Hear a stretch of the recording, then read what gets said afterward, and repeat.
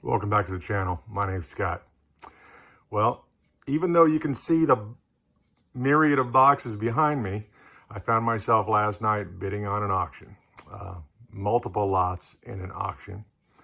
And I won a few. And before I went to pick them up, I thought it would be a good idea to maybe show you a box two lots that I purchased last year that sort of got me into buying at auctions locally. You still buy online, usually via high bid, but you bid online, you pick up locally. And well, let's just jump into the boxes and I'll show you what I got. The first two lots that I got locally were price guides, just reference guides. I knew I was going to be going through these two estates and that I was going to need a lot of help. Not necessarily pricing the items, although it is a good start. Obviously with the books being out of date, even if they do have lists of items, it is a good reference point.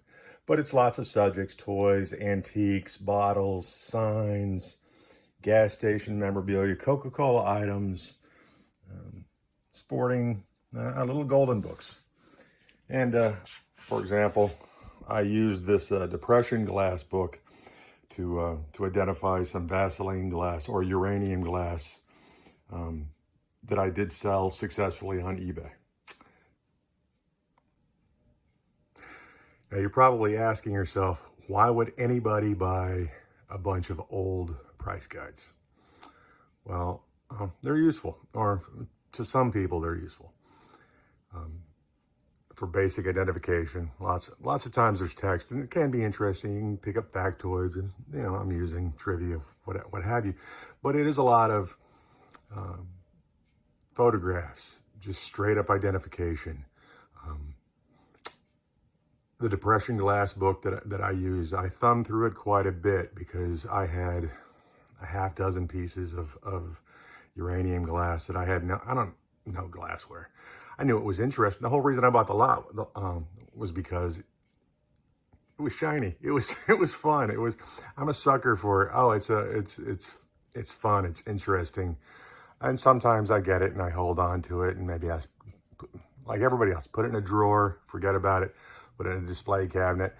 In the case of these, I got them, I looked at them. I knew I wasn't really ever going to do anything with them, but I did want to enjoy them, learn a little bit about them. And as the name of my channel suggests, I show it and I'm trying to get towards selling it. I really do. I've made a concerted effort in the last couple of years to just enjoy something, but not feel like I have to hold on to it forever, which leads me back to the price guides. I bought them because I knew I would enjoy, if nothing else, for $30, I could flip through all of these books and I didn't have to worry about, why am I spending $30 on this antiquated guide that, for the newest edition, when I could buy 50 of them and telling myself I could sell them when it was something that, sorry about that, food delivery for Buddy.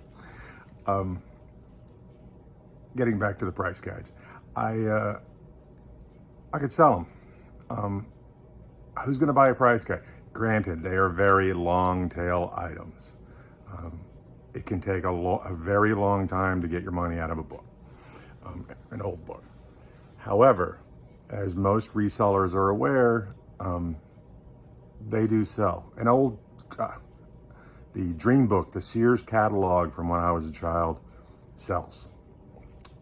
Virtually every issue of Sports Illustrated, Playboy, name a popular magazine, and if you pick a year and a month at random, it's probably for sale online. And for every issue that's for sale, there's at least one buyer out there looking for that magazine. We all know about comic books. Now, granted, price guides are not comic books. However, one of the most sought after price guides is the first Overstreet comic book price guide, which I guess when it was put together, people thought that it was just going to be a one and done. And yet here it is decades later and they're still producing it. And but that first issue was worth a lot. And the new issues, the cover price is significant. However, if you buy an issue or an edition a year to 5 that are 5 years old, you can get a really good deal, and a lot of the basic information within is still accurate. Now, yeah, the actual price is probably off, but they're always off because the editions are published months after the information was compiled. Now, all of that said, I've already paid for the books. The 2 lots cost me $34.38, I believe it was. And I sold about 3 books. I'll see if I can't pop up the comps, but I sold one book. It was a Pez collector's book. It was the 3rd edition. It is not the most recent edition. And it sold for $29 and change, and it put me well over the price of the rest of the books. So everything that you just saw has been paid for. I'm not out of pocket for any of that. All of the books are listed for sale online. So I will continue to use the books or peruse the books as I see fit. But, if someone, for example, one of the books that sold was a Barbie guide, which I believe if I posted the comp you have seen. I don't collect Barbies, and I had not thumbed through the guide. And it was something that back in the day, we used to see regularly at the checkout stand at the supermarket, but the person paid cover price or near about cover price. Then it helped pay for the rest of the price guides for me. There's a certain enjoyment for most collectors, and not just collectors, lots of resellers, for purchasing something and kind of piecing it out, paying for the lot that you got or the items that you have. In fact, I would hazard to guess that's kind of what a lot of collectors aim for, is to have the collection pay for itself so that you can continue to collect, but you're not paying any amounts of money, whether it's small or large. Most of us started as kids with comics or baseball cards or what have you.